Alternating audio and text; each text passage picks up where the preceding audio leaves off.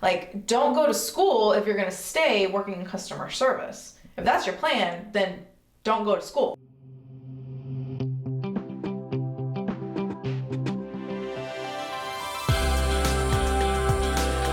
Hey guys, welcome back to our channel. We are passionate about helping people with business and accounting. In today's video, I have a very special guest, my husband George, and we're going to be doing something a little different. We're going to be talking about a scenario, and we're going to kind of give you guys our thoughts. So if you're interested, keep on watching.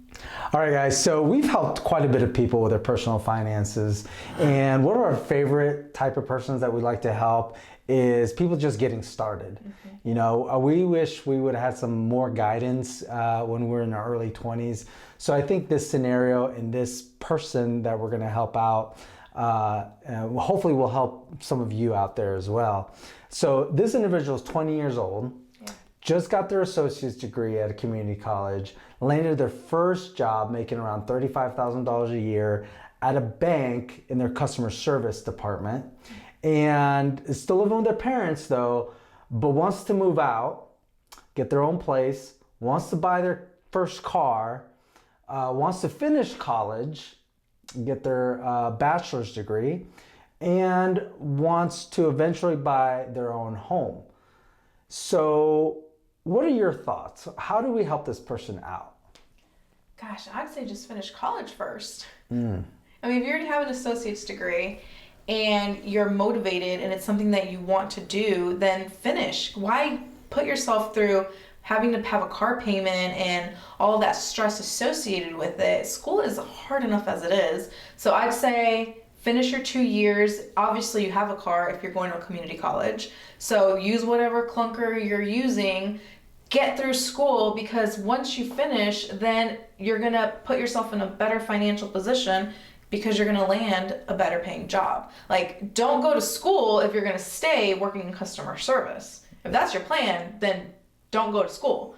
But if you're gonna go to school and you're getting a degree in something, it's gonna pay you more than what you're currently making. It's an investment in your future. So I'd say finish school. I absolutely agree. I think making a list, right, of goals, and on the top of that list of the goals, I would agree, it would be finish school. Especially if you have a good relationship with your parents, you're still living with them, say, hey, mom, dad, I want to move out, especially if they're kind of pushing you along, but say, I want to finish my degree. I also recommend trying to cash flow. In this scenario, if you've already cash flow your first 2 years of community college, use that job and leverage that job. As a matter of fact, maybe even ask around if that company is willing to do any tuition reimbursement to see if they'd be willing to pay some of your school, if not all of your schooling. And also leverage your relationships within that company. You know, customer service rep is probably, you know, the entry-level position, but get to know the people that you work with, to get to know other departments. Like, put yourself out there, because if you can build a foundation and even a career within that first job, which I think a lot of people don't take advantage of. I think they just see their entry-level job at customer service or, you know, whatever, and they don't take it seriously because, you know, they're wanting to advance. But if you can just really learn as much as you can where you have now, where you're at now, you can see it as a paid internship and see if they'll be able to pay for your tuition. That's exactly right. That's what happened to me. Exactly. I was working in a very entry-level position in accounting, and the company was a huge company, so they had a tuition reimbursement program. So I was fortunate enough to have scholarships, and so the way tuition reimbursement programs work is you pay it up front, and then if your grades meet whatever the company's expectations are, then they reimburse you for your tuition. And so for our company, I believe it was you had to get a B in your classes and they would reimburse you. And so that's what I did. My scholarships funded my tuition, so they paid for my tuition, and then I would submit a reimbursement to my employer and they would pay me back the money. So guess what I would do with the money they would pay me back? I paid for my next semester of schooling. And so I was able to cash flow. So all George is saying by cash flow is you're paying cash for whatever you're going to purchase. And in my case, it was purchasing my tuition for that semester, for those classes. And so that was able to get me through that semester and money in my pocket. So that's a great tip, George. And so if you're making $30,000 a year, living with your parents, and you have the money to be able to cash flow your tuition, the rest of the money I would do is start saving for your first car. So that would be the next thing is getting your first car. If that's one of your goals, is to save for that, because it's, the smaller one. The house is kind of later down the road, but definitely your first car. And so chalk up a lot of money, get an emergency fund going, get your 3 to 6 month emergency fund in the bank, and at the same time use that money for potential buying your first car. I mean, if you've got 2, maybe even 3 years, because if you're doing working full time and going to school full time, it might take you an extra year, but if it's being paid for by your company, that's okay. Just be patient. That's another thing. Be patient. I know a 21-year-old, they're like already wanting to have everything, have their house, have a car, have a family, have everything, and if they don't have it by the time they're 25, they're way behind. No, be patient. You're going to have time to not only like be financially sound and be independent, but also build wealth. I mean, that takes time. But going back to getting the car, I definitely recommend, especially if it's your first car, getting a used car. Cars lose their value in the first year, the first 2 years. After the third year, I believe, it's like significantly a lot less. Almost half of the value is gone. So look into a 2 or 3 year old vehicle, especially for your first car, because you can save a lot of money. And if it's your first vehicle, be okay with buying something that's not like the most luxurious, like like a sedan, like a small sedan or compact car, is totally fine. Especially since you're starting out, because it's going to be a lot cheaper. I mean, you can buy a really good compact car for like $5,000, like in good condition. I'm not saying to go out and necessarily buy a beater that's going to keep breaking down on you, but you can find a good used car. There's a misconception out there that is really pushed by dealerships that a used car, will break down on you, and they totally over dramatize that.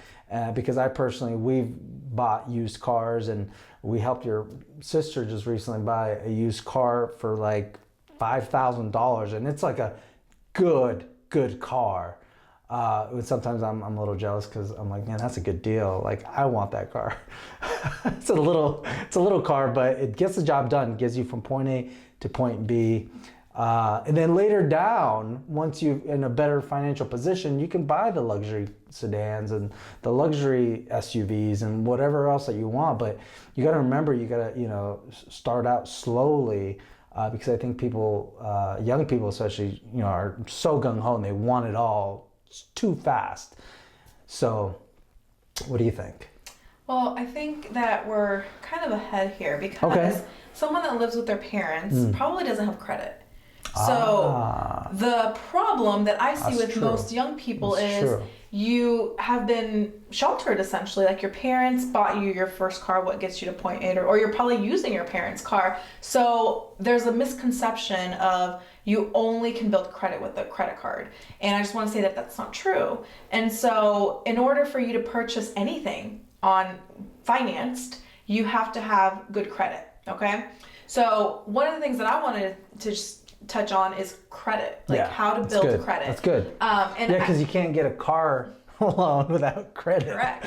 So for me, and I can only speak by experience, guys. So for me, my dad, I am so thankful for what he did for me. I have been, in finance and worked with, money my entire life. Like, if y'all haven't read my story or listened to my story, I have a video where I talk about my history and my experience. I'm gonna put it up here for you guys. But the fact is, my dad was proactive for me at a very young age. So at the age of 16, we did a fresh start loan. So what that was, it was a secured loan. So how it worked was we went to a credit union and I essentially borrowed $1,000. And so they put $1,000 in my savings account. So it was collateral. If I defaulted, they would pull that $1,000, right? And every month I made payments towards that $1,000. There was some interest that accrued on it. It wasn't a lot. It was probably like $100 for the whole year, if I remember correctly. But after I paid off the loan, the $1,000 that was in savings was unfrozen. I don't know if that's a term, but I could now access the money. And so what that did was that showed a full year of making payments on something. And that's how you build credit, is reoccurring payments. So it has to be on time, you can't be late, things like that. And so my credit history started when I was 16 years old. So by the time I was 24, how old was I when I bought the house? I think 24, 25. When I was 24, we purchased our first home. And so my credit was over 800. I don't remember what the score was. And I did that without credit cards. Okay, so there are ways of establishing credit. And if you're a parent and you're watching this video, please, if you have a responsible teenager, it's time to look into these programs, because you are doing them a disservice throwing them out into the world and expecting them to be financially responsible when we're not giving them the tools at the beginning to be able to be financially responsible, because it's irresponsible of someone to go purchase a car for 25% interest rate. And what I mentioned before about getting a car loan is, like, definitely if you're making $30,000 a year, you can, like we said before, you can save up and pay cash for $5,000, even $10,000 car, which we recommend. But if you can't, let's say you're an individual that's not making $30,000 a year, making $15,000 a year, or you're a full-time student, and you will need to get some kind of loan, definitely a home loan. I mean, if anything, building your credit for at least a home loan, if you're like us and are like against debt, basically, I mean, we can talk about that here in a second, but generally speaking, we don't like debt, but for a home loan, because it's such a huge purchase, for someone to try to buy a home cash is going to take a long time, and you're going to miss a lot of opportunities on investing, yada, yada, yada. Yeah. But yes, credit, exactly what Steph's talking about. Credit starting as the younger, 18 years old, if you can get that going and start building your credit that way. Credit cards, because a lot of people think that credit cards is the way. I know. So I'm in the financial industry, worked for several banks, and that's one of the things that we were taught taught to teach a lot of our clients is to use credit cards. Of course, it's very lucrative for banks because the interest rates are so high. Most people who start out, making the payments on time or, getting 0% credit cards, eventually at some point we build enough habits for them to use this swipey card thing that life happens, and at some point they might not be able to pay off their balances every month. And that's where, the hope of the banks is that you don't, and that you carry balances. So what are your thoughts on credit cards? The bank is always going to win. There's a lot of great reward credit cards out there. How do they fund those rewards? There's a very small percentage of people that can actually use the credit card, pay it off every month. Very small percentage. And so the bank is always going to win, or else they would not offer this service. No company is going to offer a service that's not profitable to them. It's like, oh yeah, let's do this reward and lose a ton of money. Like, that's not going to happen. And so even the most financially responsible person can have a hiccup and can start accruing a lot of interest really quickly, because we have no control over our situation. A perfect example, I'm just thinking off the top of my head, is you're very responsible, you have a job, everything happens, you get into a car accident, and you're in a state where you're alone, so your mom and dad can't help you. What do?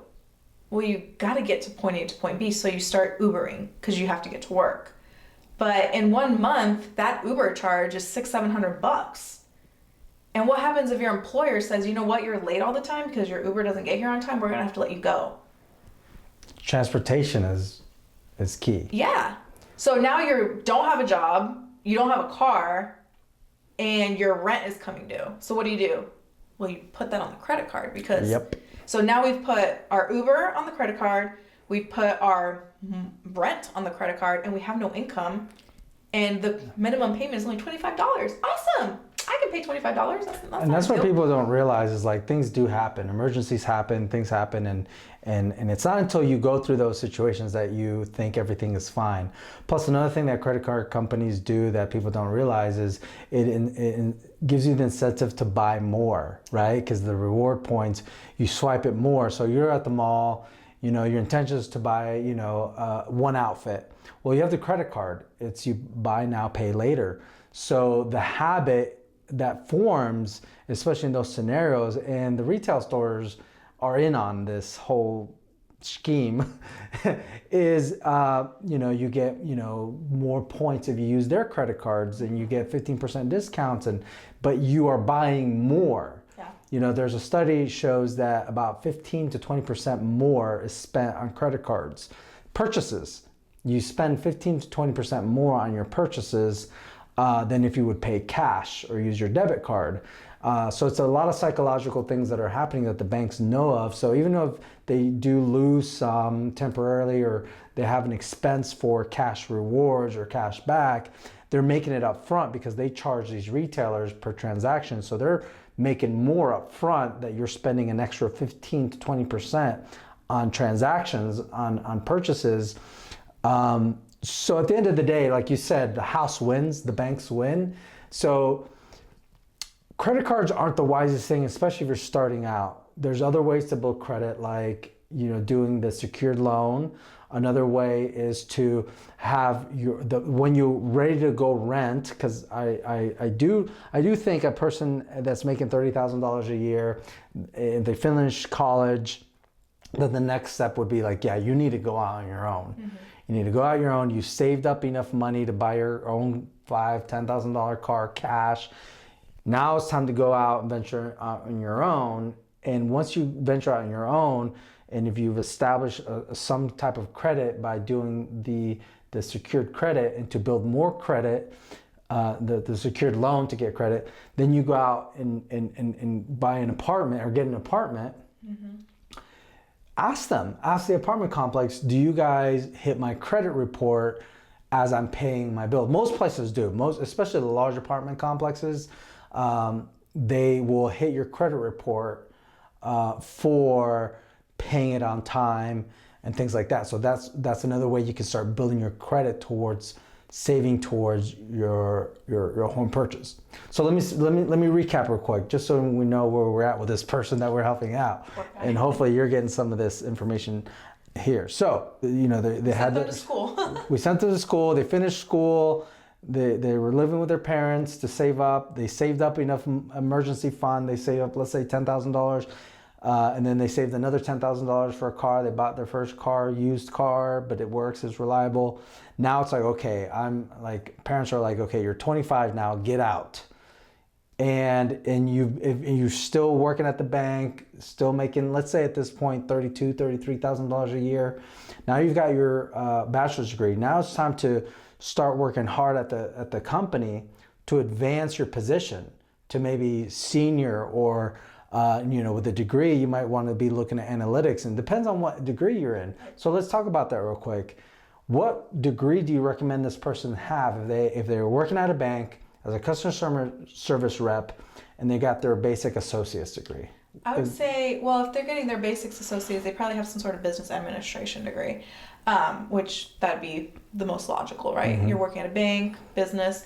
From there, I would say a finance degree, if you're someone that likes numbers. Even accounting, marketing. So there's a lot of, within the business umbrella, there's a lot of different degrees. There's a lot of different degrees that you can get. So my recommendation to really see a return on your investment would be in those realms of business, accounting, finance, marketing. And so those degrees can transfer over. It's kind of harder to transfer a marketing degree into the finance realm. So if that's where you want to be, then I would say stick with accounting and finance. I would even say throw out their IT. Like if you're really good with computers, A lot of companies, banks, IT companies. I mean, tech companies are just booming. But you know what else is booming? Editors, videographers, photographers, because social media has now become the biggest form of marketing. And so these larger companies are just starting to catch that wave, and editors are far and few in between. So I would even challenge that. I would say you can have a degree in photography or editing. What's those called? That's a marketing degree, isn't it? No, but yeah, I think so. I think it's video production. Video production. So you can a marketing degree, I think, would convert easier into like video production, because you would almost be in charge of the editors and things like that. So that's another form of... Yeah, I mean, it's really like, what do you like to do? What do you enjoy? But if you don't know, like a good fallback is a basic business degree, because every type of industry, whether it's, working with animals, they're going to need administrators, they're going to need back office people. You still get to, work with animals, but from an administrative standpoint, especially if you really aren't sure what you want to do, I always recommend, if you already have a job and they've got like good benefits and they're able to help pay for your college, is like, do something with that industry, especially if you like it and if you enjoy it. You don't have to necessarily love it. Like, I think there's a misconception on, like, especially working in a career, is that you have to be passionate about a certain thing. Even though I do agree that you should enjoy it and you should love what you do, sometimes in the beginning, in the early stages of anyone's career, you might have to put in your dues to get in a good financial position later on. Sometimes it takes a while for you to build enough financial stability to be able to take a little bit more risk to like start a cupcake company or start a cupcake business, or do something, paint, be a painter or whatever. That's not as lucrative, and that's okay if that's what you want to do. But if you're already working at a bank, you're in customer service, you got your associates, it's don't go too far left, too far right. Don't go way out of realm. Try to stay in the similar profession or industry, so you can build on that, right? If you have this experience as customer service, and then you get your finance degree, for example, and then there's an opening as an analyst, in the back office, with your degree, you could be making $50, $60, even $70,000. Right after you're moving out. I will say though, it's kind of hard to get promoted within the same company and still get a good raise. At least from what I've seen working in the corporate world, you would switch jobs. It would be a slight elevation, but pay wasn't always that great. So this is just my personal opinion, that if you want, like, you're just out of college, you got a degree, and there's no opportunities where you're currently at, don't be afraid to jump ship. Yeah. Find another bank. Banks are always hiring. Yeah, in this scenario, yeah. Yeah. Well, that's what I did. Exactly. I've worked for about 5 different corporations, but every time I was making a jump from one position to another, because it was difficult, especially in very competitive environments and very competitive corporations.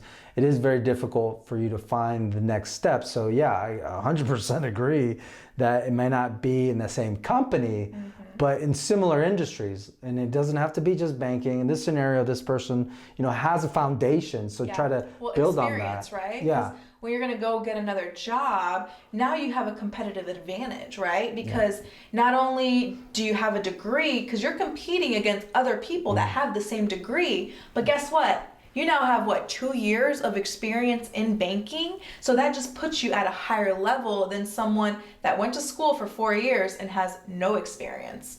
And so sometimes jumping ship makes sense if there's no opportunities. Now, if you have a great employer and they're like, as soon as you graduate, we're going to promote you to whatever, level 4 or something, then awesome, stay. You have favor, you have the pay now, then stay and build a career there. But in most cases, that's few and far between. Yeah. So don't be afraid to jump ship and get a higher paying job. 100%. So let's say this person now either jump ship. We were recapping. Yeah. So let's recap again. We're going to go off these little tangents. So be patient with us. Hopefully it's just some of the stuff that we experience and we've talked to others, it just comes to mind. Mm-hmm. But okay, let's recap. This person, let's say they went ahead and finished college, got their degree in finance. Let's just say that. And now they jump ship because they weren't getting opportunities in their current company, but with their experience with, a few years in customer service, they got a finance degree and they went and became an analyst. Mm-hmm. Now they're making $50,000 a year at a competitor bank, right? As an analyst, and they're enjoying their entry-level position. They're learning a lot. And at the same time, they're like, okay, I need to grow up. Now I'm making money. I want to get my own place. Should they, and by the way, they've already bought their first car, so they've been commuting to their new job with they're new to them first car. That's about, let's say $10,000. They paid with cash. They've got $10,000 in the bank that they just saved up because the company paid for their degree.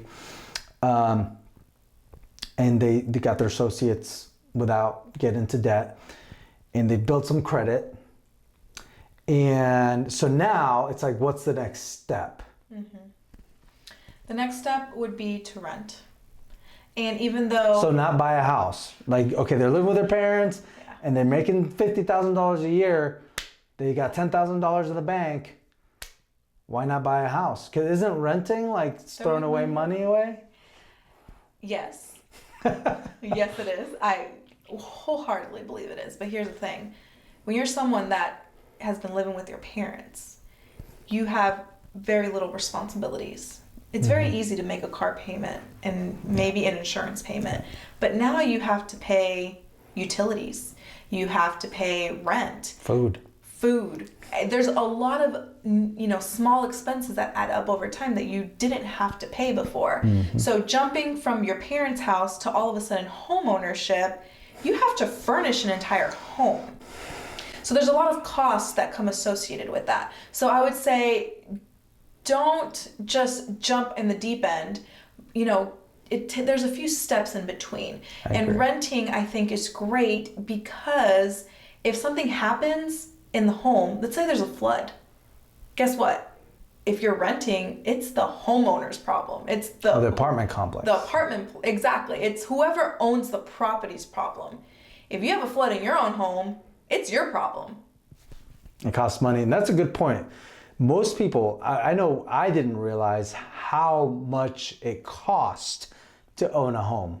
Like everyone talks about the benefits of home ownership. You're gaining equity. You're not throwing money away on rent, but there's a lot of costs. I mean, the AC units in a home, air and heating units that keep your home warm and cold, can cost $15,000. We learned recently. And they cost to keep and maintain thousands of dollars just to maintain them. Yeah, to get a whole new one's about $15,000. But you've got garage doors that can break. Those are thousands of dollars. Water heaters that heat up your water, that cost thousands of dollars or hundreds of dollars. There's tons of maintenance, lawn care. I mean, I did a spreadsheet, and I might pop it up, maybe not. You might check out my video, I might link it, I don't know. We'll see. But it costs anywhere from, in the first 10 years of home ownership, up to $40,000 to $50,000 expenses to keep the house maintained.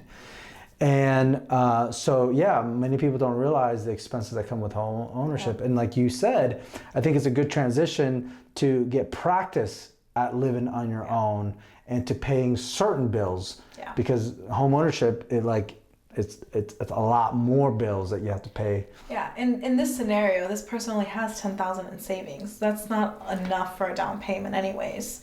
It could be, depending on the type of loan that you get, because there's different types of loans. There's the FHA loan, there's a conventional loan, and there's probably even more that I'm not aware of. But what I would recommend if this is someone that wants to buy a home is to have not 20% down. No. At least 30%.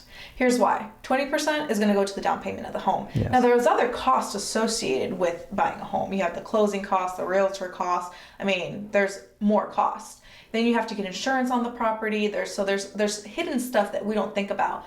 But there's also, you want to furnish your home, right? You're not going to buy a home and sleep on the floor. So you have to buy bedroom sets, because I don't know if your parents are going to let you take your bedroom set. I didn't take mine. You didn't take yours. So you have to buy a bedroom set, dining room tables, all of the plates and all of the stuff. Appliances in some cases. I know in our home, we didn't have the refrigerator. We had to buy that. We had everything else, which was great. And the washer and dryer. So there's other things that you don't think about that you're like, oh, a new washer and dryer. A few grand. $1,500. Yeah. Oh, okay, Yeah. yay. So that's why we don't say 20%, we say 30, because that remaining 10% is going to go to furnishing your beautiful home. So keep that in mind. Home ownership is great. We've lived in our house for 12 years almost. And we absolutely love it. We might buy a home later down the road, bigger house, upgrade, things like that. But for now, this is great for our family. So home ownership is great, and it takes time. You will get there. We rented for 3 years, maybe 2.5? Something like that, yeah. And it was great. We didn't have to worry about that stuff. We were both young professionals. All we had to worry about was working and food. And everything else, like our garbage disposal will start making a noise or smell weird. I'd call them. I'd be like, hey, the garbage disposal smells weird. They probably hated me, but I didn't have to deal with it, right? And if you're a landlord, I'm sorry. I'm sorry I'm giving this advice, but it's true, right? Yeah. It's true. The only thing about the negative about owning a home is, oh, well, you're just throwing money away. It's a cost of living. Owning a home, you mean renting? Yeah. The negative about renting. Yeah. The negative about renting, that's what I meant, is you're throwing money away. Yeah, they're providing a service for you. Correct. They're providing a service, so you're paying for that service. Exactly. It's like insurance. Yeah, yeah. You're paying money to the insurance company, and have you ever filed a claim? Nope. No. So exactly. So be patient. Yeah. Don't think, oh my gosh, I'm throwing all this money away. I mean, I've had conversations with family members who are like, I'm still renting. I'm like, yeah, keep saving. Keep saving. Keep saving, be patient, keep saving, be patient. No, the market's going up. It's going up. It's going up. It's, it is. First of all, the market always goes up. Always. It never not goes up. But it's not as dramatic as you see in the headlines of like, oh, the market, the inflation, and yeah, there's some cities and some states that it's more dramatic than others, but it's always going to go up. And so you got to be thinking about where you're at in life. Yeah. And if you're ready, and if you have the finances in order, if you have your 20% down payment. Why 20% down payment? Why not a 3% down payment? Because there's FHA loans, which allows you to only put 3% down or 5% down payment. And then there's conventional loans that allow you to pay, or that you need to pay 20% down. So what's the benefit of putting 20% down? The PMI. PMI is a big one. Any other?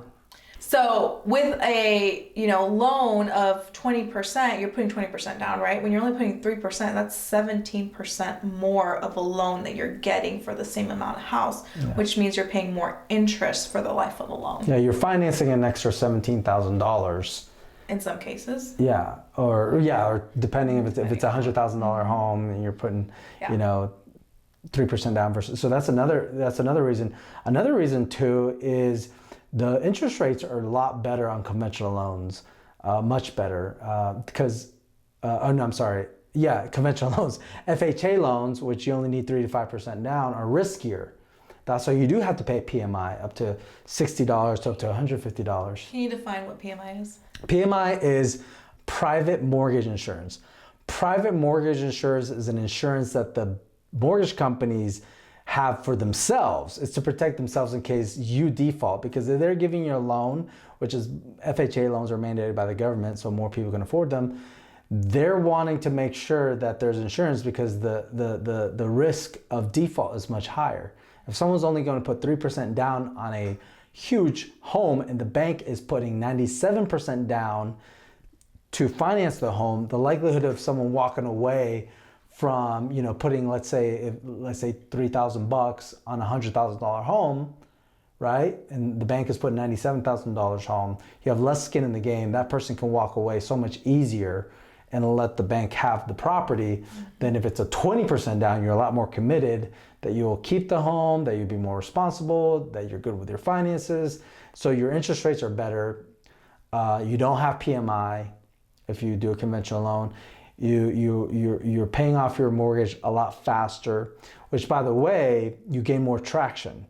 Meaning because your loan is shorter, loans compound, so you continue to accrue interest over the life of the loan, just the way the amortization is on a loan.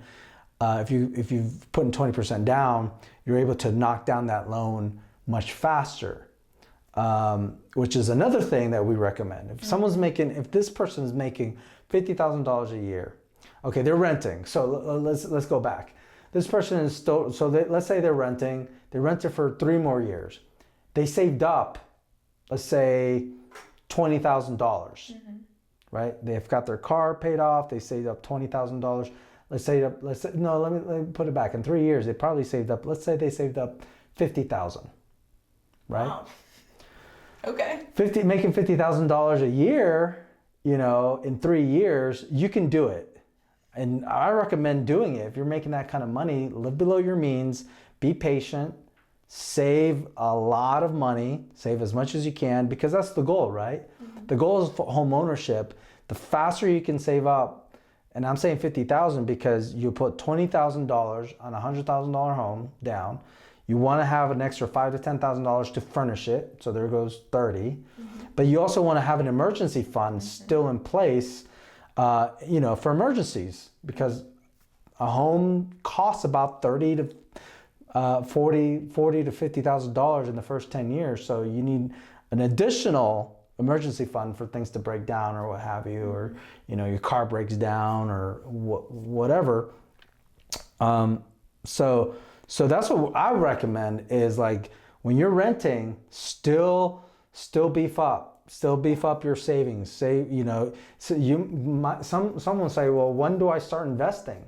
When do I start adding to my 401k? What would you say?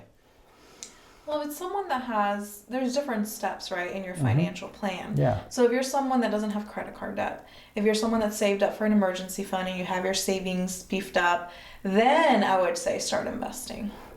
So it might hurt the aggressiveness of putting money away, but you also have to think about the future, right? Yeah. And so saving into a 401k for people that are employed is highly, highly recommended, because your employer will match, in some cases, 100% of what you invest. So the way it can work for some employers is you designate a percent of your salary. And so in some cases, I think the max is like 6%. So if you put in 6% of your salary into 401k, then the company will match 6% of your salary. And so that's a great tool. But if you're someone that has a ton of credit card debt, then I'd say first tackle the credit card debt before you start putting money away into 401k. And that's a great point. And so we're putting a lot out there, but it's important, right, to talk about all these different things, because there is a lot. Well, and there's not a one size fits all either. There's not a one size fits all at all. One size fits all at all. But that's why going back to budgeting, I don't think we even talked about it yet. No. It's so important, because you might think, well, whoa. Okay, so I have to put money towards a 401k. I have to save up for a down payment. I have to save up for an emergency fund. I have to pay rent. I've got to do all these things. It could feel overwhelming.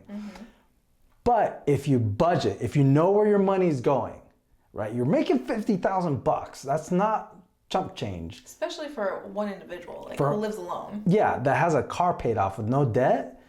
$50,000 is a lot of money. You could easily enjoy it and go crazy and, spend it all. But if you manage it wisely with the help of budgeting, right? Knowing where your money's going, you could easily, in my opinion, with $50,000, easily, if you rent sensibly, depending on where you live, right? Right. Depending on where you live. Like where we live, $50,000 a year is a lot because the cost of living is so low here. And so you can rent something for $700, $750 a month here where we live. It could be more where you live. It could be $1,000 or $1,500, but it's still, you're still saving a lot. You still have the ability to save a lot. Mm-hmm. So budgeting is key to be able to save for your house, to save for your emergency fund, and to start putting money away for retirement and retirement accounts. Yeah. Absolutely. So here's the thing, in financial journeys and with financial plans is it's all steps to get to the end goal. And so you can't, be making $50,000 a year, living it up, eating out every single day, not having any sort of idea of where your money's coming from, and then think that you can put away $300 in investments or 401k. And then you're like, oh, okay, it's the 15th of the month and I have no money in my checking account. Guess what you're going to do? You're going to pull it out. And then you're going to have penalties. And it's just going to create a mess, right? Or you're going to start using credit cards. And so taking these steps of, first making sure that you have your emergency fund set up, making sure that you don't have any debt, consumer debt specifically, and then putting money into savings and what's left over after all of that. Then that goes into investing and retirement and, vacation homes or whatever it is that it's what you want to accomplish in your, financial journey. So I think there are steps to it, and a lot of people jump around and they want to do it all at the same time. Like they want to save for the house. They want to, put money into investments. They want to save into 401k. And then they start relying, like you said, on the credit cards because they can't do it all, because you are limited to what amount of money that comes into your account. Yeah. So it's very important, and we recommend to do one thing at a time. Yeah. Don't get overwhelmed by all of it. And this person, I'm sorry to interrupt, but this person, we would take it baby steps. Like everything that we talked about can take like 10 years in some cases to get to the end goal, because it takes time. It takes time to build wealth. It takes time to have a portfolio of, investments. All of that doesn't come overnight, and it's not going to happen in a year. And so I want to lay out the expectation that at 20, he could be 35 before he achieves all of these goals that we have for him. And that's okay. I think there's just too much pressure, I think, and too much expectations for this next generation, especially with social media. They see all the houses, and they see 20-year-olds their age, like living in mansions, driving Lamborghinis. Yeah. And that's not reality. That's like the 0.1% of the population. And that's cool, if someone's an entrepreneur and they've got a YouTube channel and they're making millions of dollars. And here's the thing, like, we don't know what their financial health looks like, right? Right. Like, they could have a firm that's working with them and it's helping them manage the money, which would be great. But they could also be relying on a ton of credit card debt, thinking, oh, when I just get my next, AdSense revenue, I'll pay it off and views are down. Or like, there's just so many nuances that we can see someone that looks really successful and have all of the things and actually be a worse financial position than you are. You hear stories about that all the time, like professional athletes or anyone really that, makes money quickly and rises to success very fast, lose it all. And you're like, how did they lose it all? It's because they weren't managing correctly. You can live paycheck to paycheck at any level of income. Yep. I mean, if you're making $1 million a year, but spending $1.5 million a year on your mansions and your Lamborghinis and all your luxury clothes, getting $30,000 credit card balances, and you're like, oh, I'm making $1 million a year, I'll just pay it off, whenever. Yeah. And so, it's all like a facade. So, and there's a responsibility, right? The more money you have, the more responsibility you have to manage it. Yeah.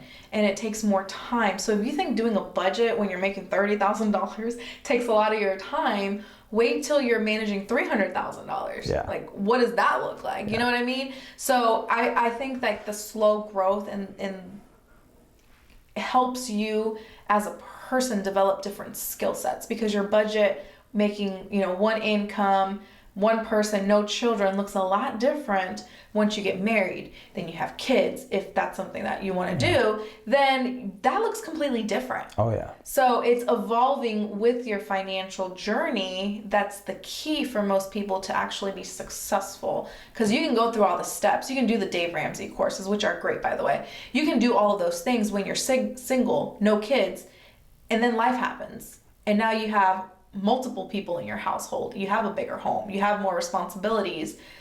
Those skill sets should evolve with your life circumstances. Yeah. So I think that's, if anything, evolve with your life and your financial journey. Like, that's a consistent work. It's not you put in the work one time and it, you know, goes for the rest of your life. It's you're consistently working at that skill set. And I think a lot of people don't get that you've got to be faithful with the little. Yeah. To take what you do have seriously. You're like, well, I'm not making a lot. Let's say for the someone that's watching, I only work part time, or I'm only a teenager, or I'm only making $30,000. I'm only making $25,000 a year. Like, what's the point of budgeting? I'm like, well, that's where you start. You start where you're at. Start where you're at now, and start making goals for yourself. Start making a list of what things you need to do and what are the things that you want to accomplish. Budgeting at any level, because like you said, the more money you're making, more money, more problems. More money you're making, the more you have to keep track and manage wisely if you're going to do it right, and build wealth, if that's what you want to do, and have financial stability and financial independence. Being mindful and being faithful with what you do have, so later on it's more manageable. Yeah, it won't feel so overwhelming. Yeah. Sure. So I think we covered a lot, guys. A lot. I don't think we expected to go where we did with this one scenario. I'm glad we did. I hope this helps someone. So guys, I know we've covered a lot, but I thought this was interesting that we discuss a scenario. Hopefully you got something out of it. If you're new to this channel, please consider subscribing. Your support would be greatly appreciated. Let us know on the comment sections down below what you thought was interesting. If you have any follow-up questions that we didn't cover, we'd be more glad to cover those in future videos, or just reply to your comments down below. And that's it for this episode. Thank you, Stephanie, for joining me in my channel. Again, if you aren't following Steph's channel, please, if you're not following Steph's channel, please subscribe to her channel. She talks about business, accounting, all sorts of good stuff. So please follow her. That's it for today. We'll see you in the next one. Bye-bye. So George, thank you so much for joining us today. It was a blast having you on the channel. And guys, if you are not subscribed to George's channel, please go check him out. His content is amazing. I hope you found this video helpful. If you did, please give it a like. Subscribe to the channel if you haven't. Share it with a friend, and I'll see you in the next one. Bye.